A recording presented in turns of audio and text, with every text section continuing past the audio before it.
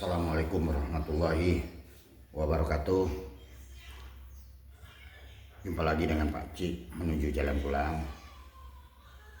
Kami dari Tarekat Arwah atau Kodim fokus membahas kemampuan rohani.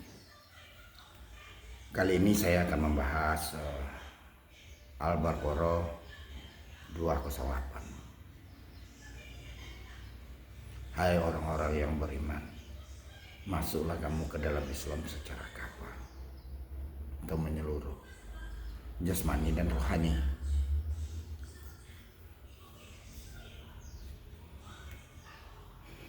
Kalau kita beragama secara jasmani atau syariat saja, itu akan fasik. Kalau kita beragama cuman pakai hakikat aja, itu akan zindik. Jadi harus jalan seiring keduanya, antara hakikat dan syariat, antara syariat dan hakikat. Kalau kita beragama pakai akal dan panca indera aja, itu tidak akan mampu menembus ruang-ruang langit, karena hukum akal itu terbatas.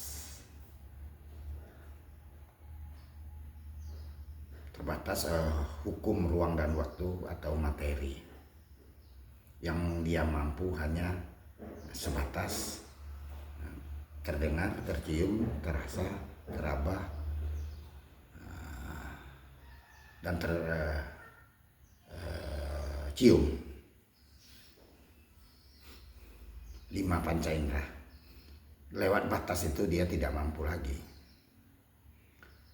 Antara jasmani dan rohani itu ada batas ambang atau ambang batas.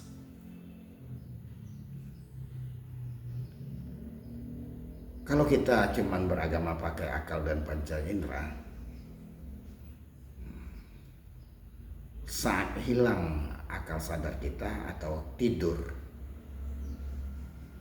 agama kita ikut hilang.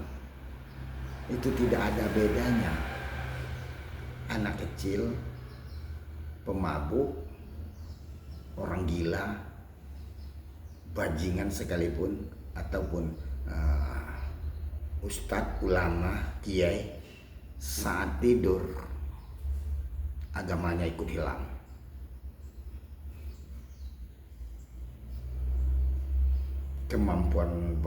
Kemampuan akal itu dan panca indera itu terbatas. Ada ruang dan hukum ruangnya terbatas.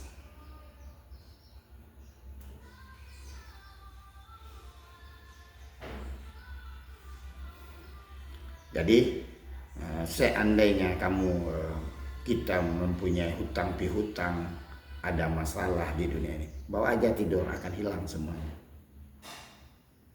Makanya Nabi menganjurkan beragamalah secara kafah, jasmani dan rohani. Masuklah ke ilmu rohani. Walaupun akalmu hilang, jasmanimu tetap terjaga. Atau walaupun akalmu hilang, rohanimu akan tetap terjaga. Karena rohani tidak terikat hukum ruang dan waktu. Dia tidak pernah tidur. Untuk memasuki ilmu rohani ini, kita butuh seorang guru rohani atau guru pembimbing. Karena kita tidak akan mampu dengan cara kita sendiri untuk berhubungan dengan Allah. Mustahil. Karena di As-Surah 51 mengatakan, tidaklah mungkin seorang manusia itu bercakap-cakap dengan Allah atau Allah bercakap-cakap dengan dia tanpa melalui 3 perantara. Pertama lewat wahyu, yang kedua di balik tabir, yang ketiga melalui utusan.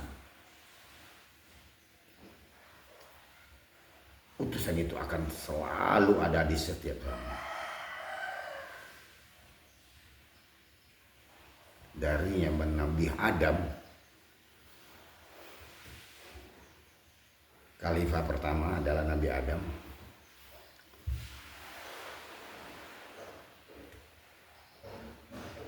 terus waris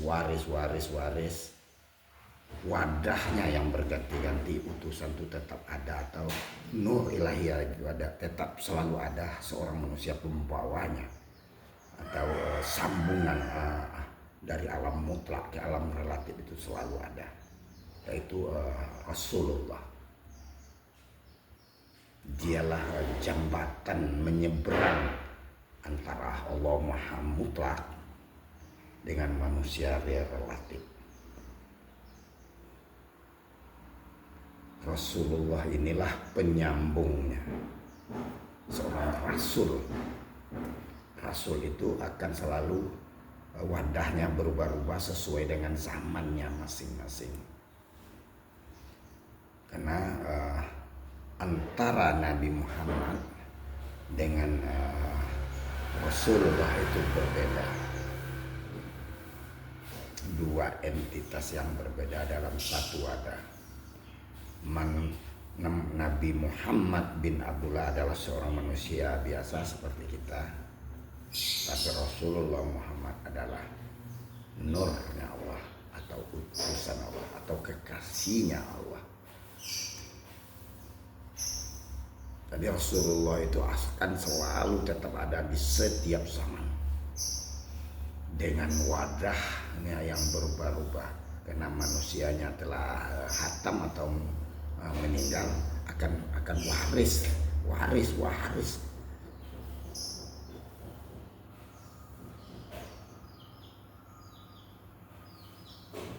Manusia inilah yang mewarisi Rasulullah, inilah yang bisa menyambungkan kita antara alam laisa kamitslihi syai'un di atas.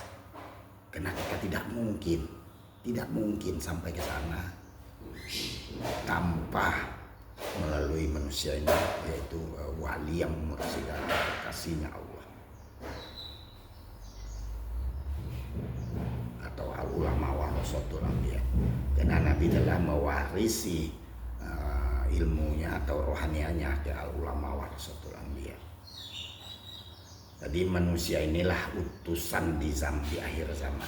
Cuma tidak lagi disebut rasul, tapi disebut al-ulama warasatul anbiya. Dialah pembawa channel Allah atau gelombang Allah di dunia ini. Yang disebut di Al-Maidah 35. Dialah pembawa tali sambungan kehadiran Allah Subhanahu wa ta'ala yang di ujung akhirat tertinggi. Tanpa melalui dia itu tidak mungkin kita tersambung. Karena Allah akan selalu menurunkan mujahid setiap zaman. Manusia yang telah disucikan rohanianya oleh Allah. Temukanlah manusia itu, biar ibadahmu nyambung dari alam relatif ke alam mutlak, dari alam jasmani ke alam rohani, ataupun dari alam fisika tersambung ke alam metafisika. Ilahi anta masudi wa ridhoka maghdubi. Assalamualaikum warahmatullahi wabarakatuh.